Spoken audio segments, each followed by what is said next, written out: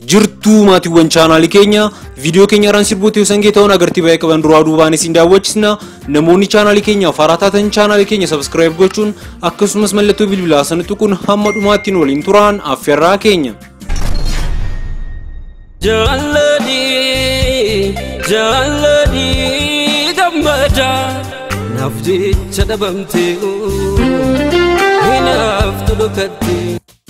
Sadarkaa shanaffaatti kan argamu sirba eessa jirtaa nadhii kan jedhu yoo ta'u YouTube chaanaalii Oromoo Impsiriin kan gadhiifamedha. Viidiyoon kun hagayyoon agartii 200,000 ol yoo argatu laayikii 3,300 olis argateera.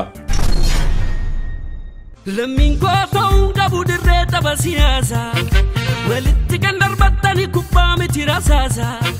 Lammiin koo ta'uu qabu dirree tapha siyaasaa. Lammiin koo ta'uu qabu dirree tapha siyaasaa.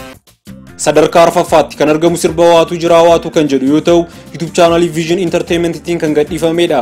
Viidiyoon kun hagayyoon agartii 754 ol yoo argatu laayikii 9,700 olis argateera. Itti diiganii bahuunii talaafti diina gargar baasa. Orfide tilaalaa fuutu lootu bal'ata. Itti diiganii fidanii lubbuudhaanuu gaffalan aarsa. Itti laafina jabeessaa gatii qabsaa tagaleessa. Sadarkaa sadaffaatti kan argamu sirba sossoorii kan jedhu yoo ta'u YouTube chaanaalii Hope Music Itoophiyaan kan gadhiifamedha. Viidiyoon kun hagayyoon agartii miiliyoona 1.1 ol yoo argatu laayikii 8,500 olis argateera. Dammolee yantala dammolee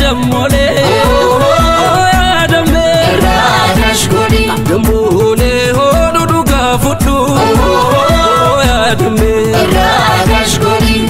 Sadarkaa lammaffaatti kan argamu sirba keenya yeroon kan jedhu yoo ta'u viidiyoon kun Hope Music Itoophiyaan kan gadhiifamedha. Viidiyoon kun hagayyoon agartii miiliyoona 3.4 ol yoo argatu laayikii 17,000 olis argateera.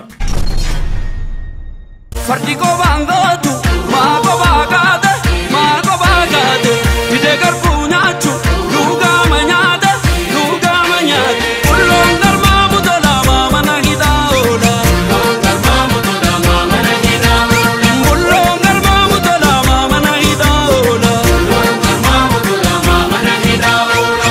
Sadarkaa tokkoffaatti kan argamu sirba sadii obsaa kan jedhu yoo ta'u YouTube chaanaalii Vision Entertainmentiin kan gadhiifamedha.